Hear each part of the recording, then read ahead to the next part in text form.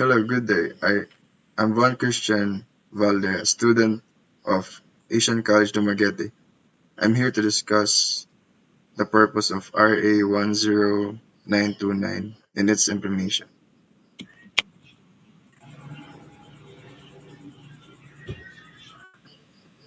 So, Republic Act number 10929, also known as the Free Internet Access in Public Places Act, was signed into law in 2017. The law aims to promote internet access across the Philippines by providing free Wi-Fi in public places, such as parks, libraries, school, hospital, airports, and government offices. The law's primary goal is to bridge the digital divide, promote inclusivity, and empower Filipinos through increased access to information and communication technologies.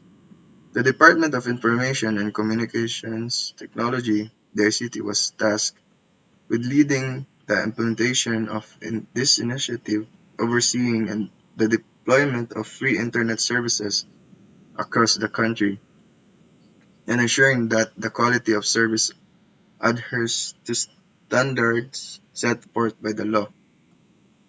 So,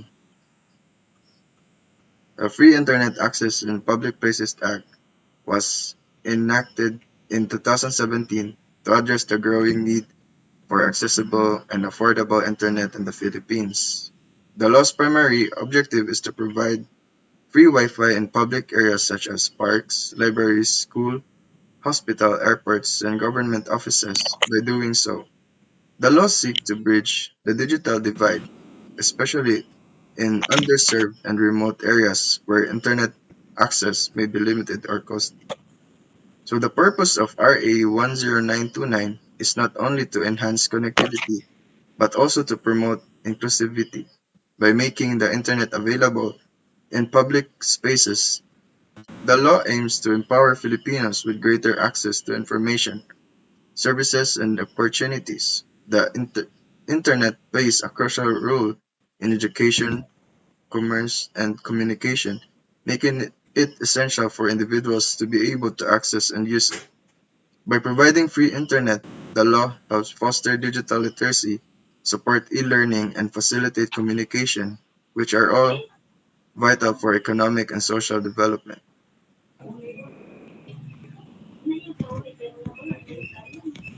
Implementation of RA 10929.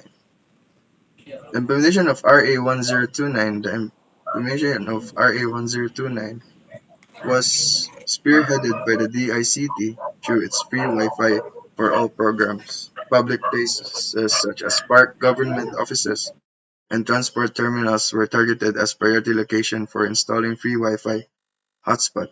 The DICT collaborated with local government of units and various agencies to identify area most in need of internet connectivity in school, hospitals, and public markets. The program aimed to benefit students, workers, and general public by improving access to online services and information. The law also made it mandatory that internet providers maintain a minimum quality of service for this free Wi-Fi, public Wi-Fi connection. So the implementation of RA 10929 is a major step toward promoting digital literacy and inclusion in the Philippines by focusing on the key public areas and ensuring a minimum standard of service. The program seeks to improve access to information and services for a wide range of Filipinos, particularly in underserved communities. However, sustained efforts, funding, and infrastructure development are needed to ensure its long-term success.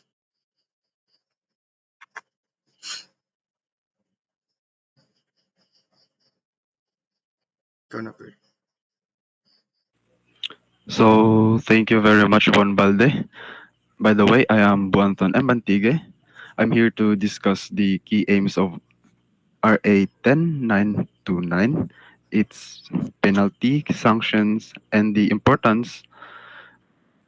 importance.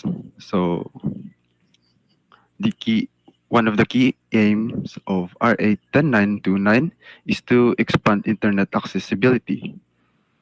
It is to give Filipinos free access to the internet in public spaces and to make sure that public parks, hospitals, schools, transit, transit hubs, government offices, and other government owned buildings have widespread access to internet services.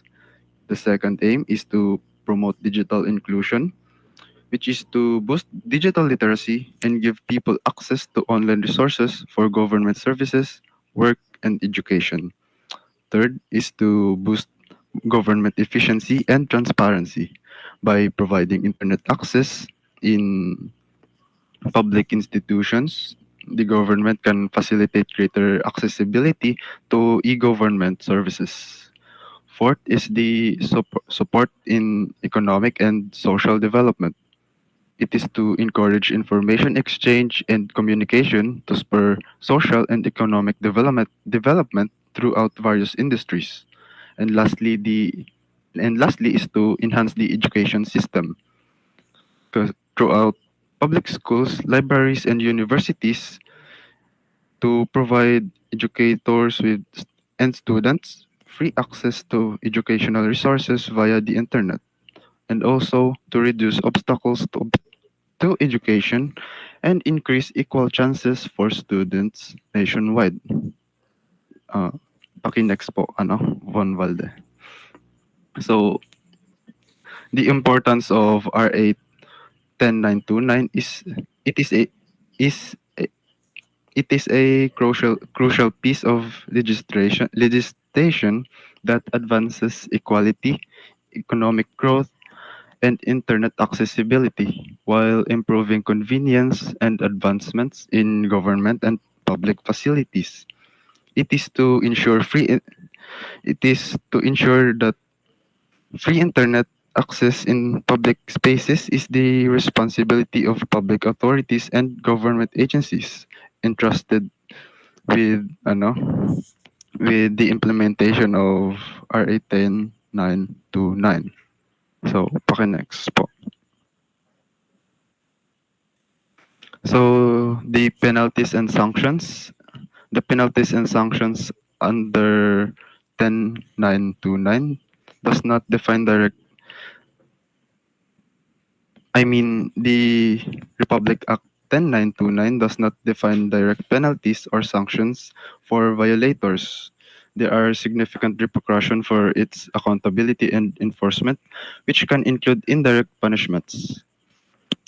So, ensuring free internet access in public spaces is the responsibility of public authorities and government agency, especially the ICT. So these agencies or officials may be subject to administrative sanctions under the more general laws controlling public authorities if they disregard their duties or do not follow the law's directives.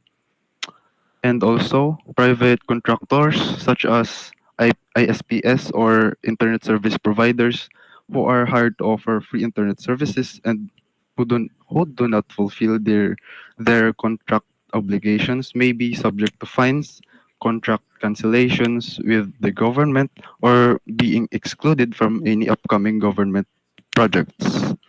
Although there are no explicit criminal consequences under Republic Act 10929, government agencies may be subject to general penalties for non-compliance under administrative law, and commercial service providers may be subject to contract law. Next po. Case of violation. One of the common complaints surrounding the implementation of RA 10929 is the failure of deliver adequate or stable internet access in public places, especially in remote provinces. Case study: failure to provide adequate Wi-Fi services in some areas. There were reports of incomplete installation, extremely slow internet speeds, or total non-implementation of the law's provisions. Sorry. So, a specific instance occurred in 2020 when several cities in the country, including Davao City, filed complaints about the non-functional state of free Wi-Fi services in public locations. These complaints allege that despite funds being allocated, the internet access promised under the law was not delivered or was severely lacking in terms of speed and reliability. Next. So, in response to these violations, the ICT officials faced criticism for mismanagement, and in some cases, investigations were opened to probe where allocated funds were used and how the law was being enforced.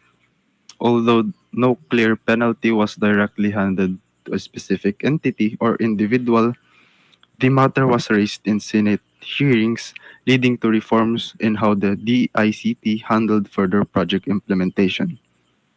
Next. So here is a supporting article, and we will play a clip for the case study. Next. The Philippine Information and Communication Technology Department reveals only 3,900 out of the 11,000 free Wi-Fi sites in the country are actually working. That's just 1/3 of the whole network working. DICT Secretary Ivan John Uy explains this is a funding problem as the past administration diverted the program's budget. There was no procurement for the renewal of the connectivity for the 11,000 sites. So, kaya by December of 2021, putol po. All sites were cut because there was no contract for renewal. The funds for renewing those sites were diverted to MMDA, diverted to so many of the other different projects. Ang ginawa po ng MMDA, binalik sa Treasury. Wala na po because for 2023, the funds will come in around February or March of 2023. The free public Wi-Fi program is just one in a long list of projects the DICT is supposedly underspending on. House Appropriations Committee Chair Representative Elizalde Co eyes giving the agency a multi-year authority to fix the situation and avoid funds juggling. Now, earlier this week, the agency also appealed to Philippine authorities to consider granting it confidential and intelligence funds, which it will use for stronger cyber security. Thank you everyone for listening. Have a nice day. Thank you.